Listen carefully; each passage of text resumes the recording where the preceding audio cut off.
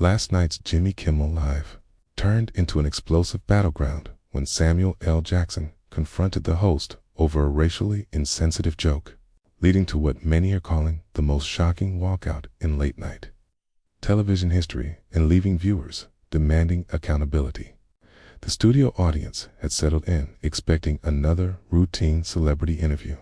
Samuel L. Jackson, promoting his latest action thriller, walked onto the stage with his characteristic confident stride, flashing the trademark smile that has captivated audiences for decades. Applause thundered as Jackson took his seat across from Kimmel, who appeared unusually animated, almost jittery, with an energy seasoned viewers might have recognized as a warning sign.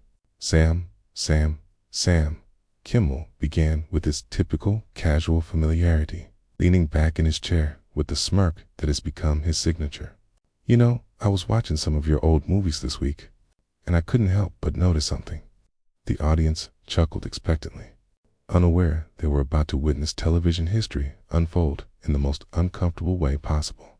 Jackson, ever the professional, maintained his composure despite the subtle condescension in Kimmel's tone. "Oh yeah? What's that, Jimmy?" he replied, his voice carrying the unmistakable gravitas that commands respect in every room he enters. What happened next sent shockwaves through social media within minutes. Kimmel, apparently emboldened by what he perceived as a comedic opportunity, launched into what he clearly thought was harmless banter. He noted that Jackson often played intense, angry characters and asked whether it was natural talent or something drawn from personal experiences to find that rage. The studio fell silent. Even crew members visible in the background seemed to sense the shift in atmosphere. Jackson's expression didn't change immediately, but those who knew him could see the subtle tightening around his eyes, the slight forward lean that signaled he was no longer in casual conversation mode. "I'm sorry, what exactly are you implying, Jimmy?" Jackson asked. His voice remained level, but there was steel beneath it that made several audience members shift uncomfortably in their seats. Kimmel, either oblivious to the danger or choosing to ignore it, pressed forward.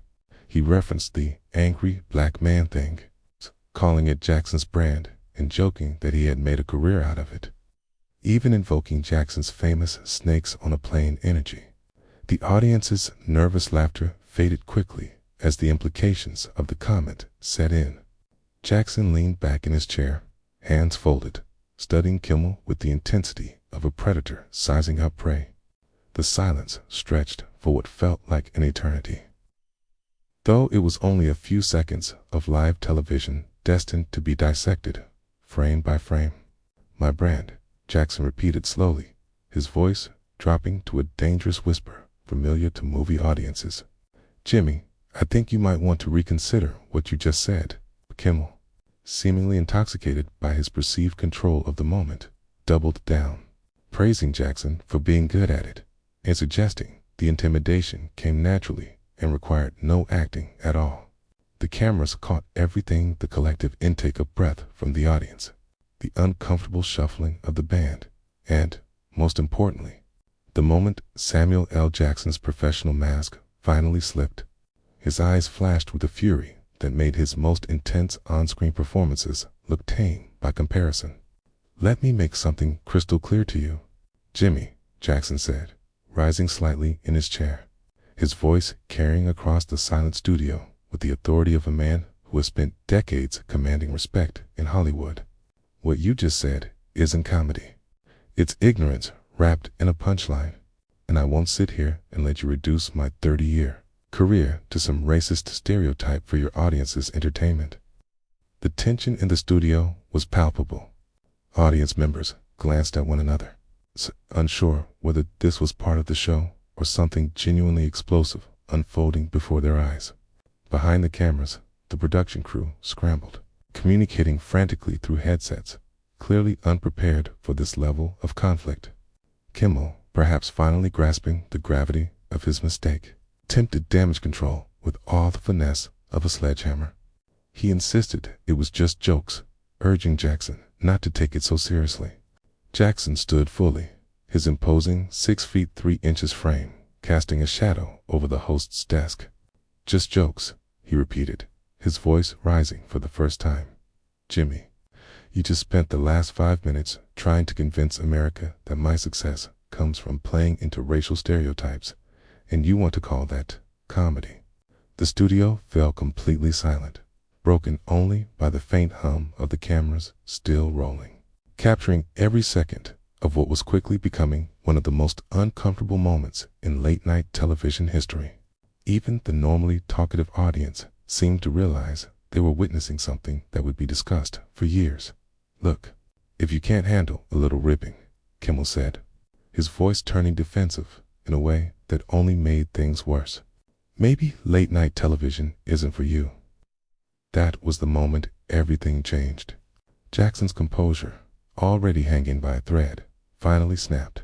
I think the audience was about to see exactly why Samuel L. Jackson is one of Hollywood's most respected and feared actors. The shift was instant and chilling. His controlled professionalism gave way to an unleashed force of nature. When he spoke, his voice carried the weight of every role he had played, every ounce of respect he had earned, and every bit of dignity Kimmel had just tried to strip away. "Late-night television isn't for me." Jackson let out a cold, humorless laugh that sent a shiver through the studio. "Jimmy, I've been in this business since before you were even a thought in some network executive's head. I've worked with directors who understand respect, who know the difference between comedy and casual racism dressed up as entertainment."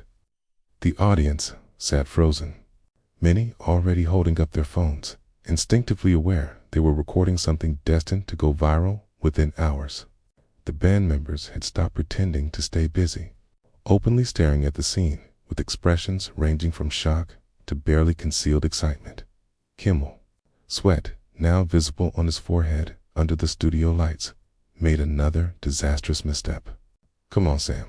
You're being way too sensitive. This is how comedy works. We poke fun at everyone. It's equal opportunity humor. Equal opportunity." Jackson's voice rose, causing several people in the front row to flinch. "Jimmy, when was the last time you joked about white actors being naturally suited for roles because of their race? When did you ever suggest Tom Hanks only gets cast because he's good at playing the earnest white guy?" The silence that followed was crushing.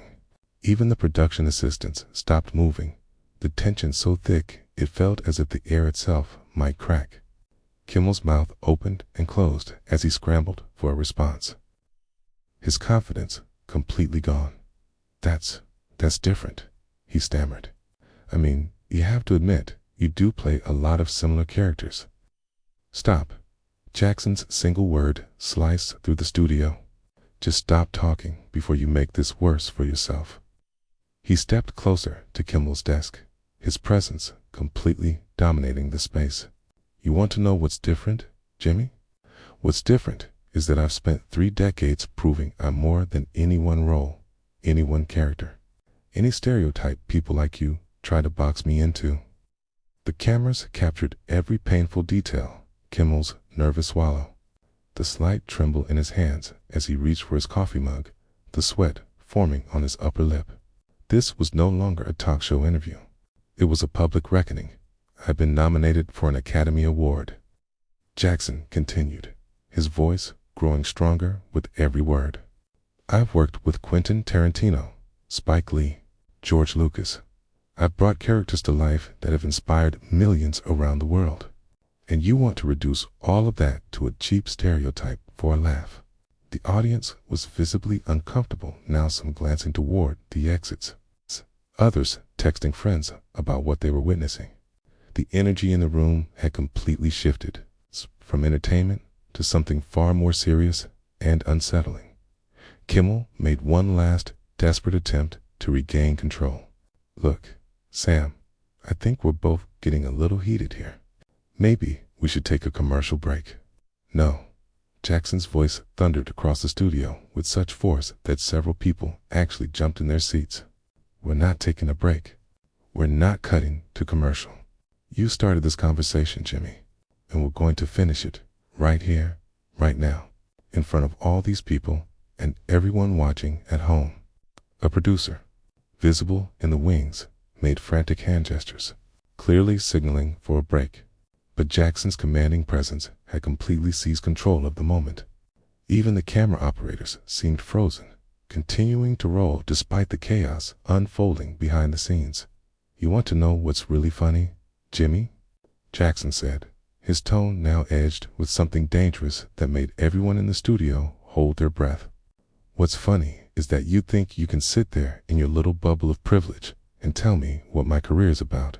You think you can define me, categorize me, reduce me to some marking demographic that makes sense to your writers." Kimmel was visibly shaking now, his usual smug confidence replaced by something close to genuine fear. The audience felt the shift a moment when entertainment crossed into something far more real and potentially explosive. "I've been patient with you, Jimmy," Jackson continued, stepping closer to the desk. "I've been professional. I've tried to give you the benefit of the doubt. But what you did here tonight isn't just disrespectful to me. It's disrespectful to every black actor who's ever had to fight against the exact kind of thinking you just put on display." The studio grew so quiet that the hum of the air conditioning became audible. Even those who had been whispering fell completely silent, sensing they were witnessing something that would be analyzed for years to come. Jackson paused, then looked straight into the camera with an intensity that seemed to pierce through the screen. "People watching at home need to understand what just happened here. This isn't about me not being able to take a joke. This is about a host who thinks it's acceptable to use racial stereotypes as comedy and then acts surprised when he's called out for it." The weight of his words hung heavily in the air, and everyone knew what happened next could define not only the rest of the interview, but possibly the future of the show itself. Desperate to salvage what remained of his reputation, Kimmel made the worst possible choice. With his back against the wall and his career seemingly on the line, he doubled down instead of apologizing. "You know what, Sam?" Kimmel said, his voice taking on a petulant edge. "I think you're making a mountain out of a molehill. Comedy has always pushed boundaries. That's what makes it funny. If we can't joke about anything anymore, what's the point?" The audience collectively gasped. Several people stood up, some heading for the exits, others staring in disbelief. Even the remaining loyal Kimmel fans looked mortified, realizing their host had crossed a line that might be impossible to undo. Jackson's response was immediate and volcanic. "A molehill," he roared, his voice reverberating through the studio so powerfully that the microphones crackled. "Jimmy, you just spent 10 minutes trying to convince America that my success is built on racial stereotypes. You think that's a molehill?" The producer in the wings waved his arms frantically, signaling for an emergency commercial break. But Kimmel seemed oblivious to everything except his own defensiveness. "I never said anything about race," Kimmel protested weakly, his voice cracking. "I was talking about your acting style. You're the one who brought race into this." The studio erupted not in laughter or applause, but in a collective sound of shock and disapproval. Audience members shook their heads, some openly expressing disgust. The band exchanged stunned looks, and even the camera operators appeared rattled by what they were recording. Jackson stood perfectly still for a moment, silence more frightening than any outburst. When he finally spoke, his voice was calm, controlled, and absolutely lethal. "I brought race into this," Jackson asked, each word carefully enunciated and dripping with barely contained fury. "Jimmy, you literally used the phrase angry black man not 5 minutes ago. You called it my brand. You suggested it comes naturally to me because of who I am. And now you want to pretend you never mentioned race." Kimmel's face had gone pale, beads of sweat clearly visible under the studio lights. His usual composure had completely deserted him, leaving a man who looked overwhelmed by his own missteps. "That's not Ty, didn't mean it like that," Kimmel stammered, his voice barely audible. "You're twisting my words. I'm twisting your words." Jackson let out a harsh, bitter laugh. "Jimmy, there are cameras rolling. There are 300 people in this audience who heard exactly what you said. There are millions watching at home who heard every single word that came out of your mouth. The audience had turned openly hostile toward Kimmel, with several people shouting words of support for Jackson. The atmosphere had shifted entirely from entertainment to something resembling a public tribunal, with Kimmel as the defendant and Jackson acting as both prosecutor and judge. "Let me ask you something, Jimmy," Jackson continued, moving closer to the desk until he loomed over the host. "How many black friends do you have? How many black writers work on your show? How many conversations about race have you had that didn't involve turning it into a joke?" Kimmel's mouth opened and closed without a sound. The questions hung in the air like accusations, each one exposing the bubble of privilege and ignorance that had led to this moment. The audience waited for an answer that never came. "That's what I thought," Jackson said with open disgust. "You know what your problem is, Jimmy? You've been hiding behind that desk for so long, making jokes about people and situations you don't understand, that you've forgotten you're talking about real human beings." The studio had become a pressure cooker, the tension so thick it felt almost visible. Several audience members were now openly recording on their phones, fully aware they were witnessing television history in the making.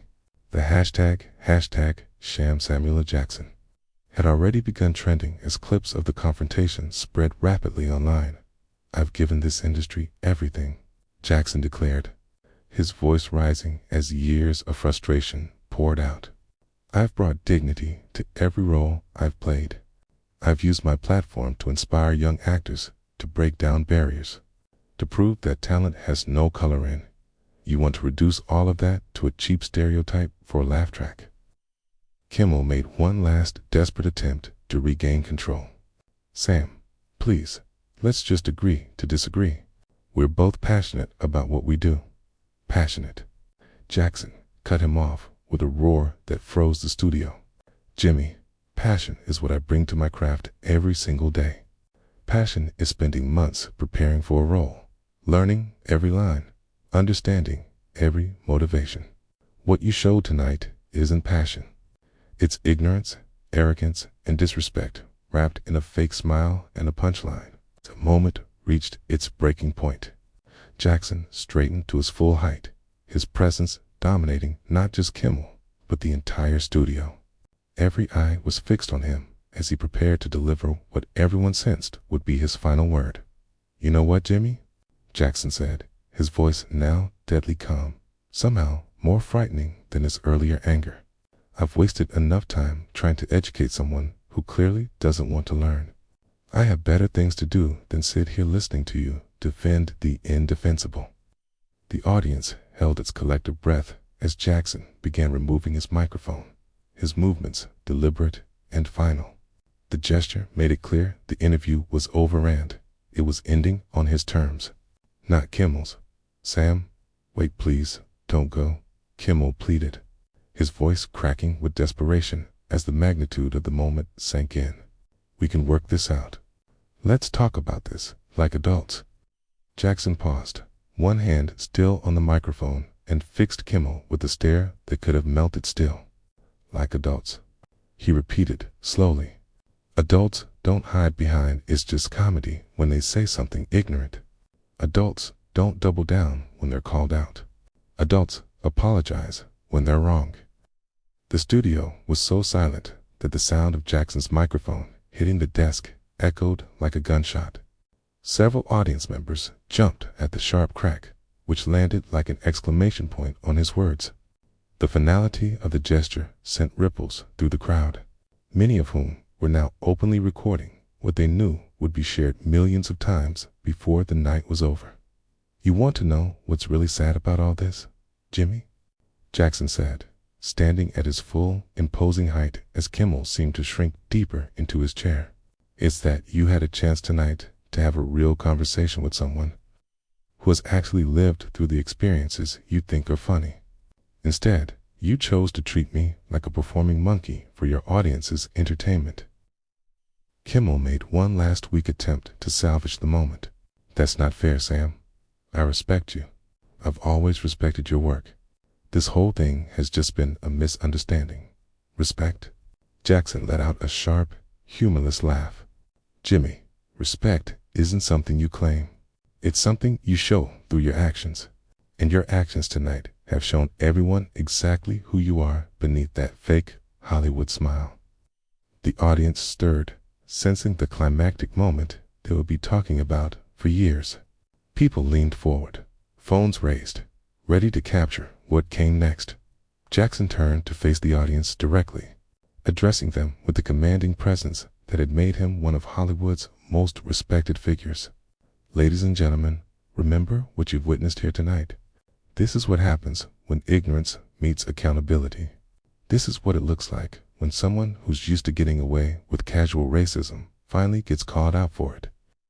The crowd erupted into spontaneous applause, a thunderous ovation that shook the studio. People stood cheering, wiping away tears as they witnessed a moment of rare courage and dignity in an industry that often lacks both. Kimmel remained frozen behind his desk, his face a mask of humiliation and defeat. The applause went on and on, each second underscoring the complete reversal of power. What began as his show, his domain, had become Jackson's stage and masterclass in grace under pressure. I've been in this business for over 30 years, Jackson said over the roaring applause, his voice carrying across the studio without amplification. I've faced racist directors, ignorant producers, and narrow-minded executives. I've fought for every role, every line, every bit of respect I've earned. And I'll be damned if I'm going to sit here and let some talk show hosts tear it down for cheap laughs. The standing ovation intensified. Several audience members openly weeping at the raw emotion and dignity of his words. Even crew members stopped pretending to work, joining in the applause for a moment that would be remembered as one of television's most powerful. Jackson turned and began walking toward the exit, his stride confident and deliberate. With every step, the applause grew louder, as if the audience refused to let the moment end. At the edge of the stage, he turned back one final time. Jimmy, I hope you learned something tonight, he said, his voice cutting cleanly through the noise. I hope everyone watching at home learned something too. Respect isn't negotiable. Dignity isn't a punchline. And accountability isn't optional. With that, Samuel L. Jackson walked off the stage and into television history, leaving behind a studio filled with cheering fans and one thoroughly humiliated host. Kimmel sat alone at his desk, the weight of his mistakes pressing down on him as the applause continued to thunder. The cameras kept rolling, capturing his isolation and defeat, his usual closing jokes conspicuously absent, suddenly hollow in the wake of Jackson's authenticity and resolve. As the applause finally faded, audience members began filing out. Many already on their phones, sharing videos and reactions with the world. Hashtags exploded across social media. Would Samuel Jackson walk out, and respect is not optional trending worldwide within minutes. The confrontation was over, but its impact was only just beginning. Jackson walked away with his dignity intact and his message unmistakably delivered. Kimmel, meanwhile, was left to confront the consequences of his actions before millions of viewers. The entertainment industry had just witnessed a seismic moment, one in which respect and professionalism prevailed over cheap laughs and casual ignorance. The incident ignited widespread conversations about accountability in entertainment, ultimately prompting meaningful changes in how late-night television handles sensitive subjects. Samuel L. Jackson had done more than defend himself that night. He had delivered a powerful stand for dignity and respect that echoed far beyond the walls of the Hollywood studio. In the end, one man's courage to challenge ignorance transformed what should have been a routine promotional appearance into a defining moment, one that reminded everyone watching that some things matter more than entertainment, and that respect is never negotiable.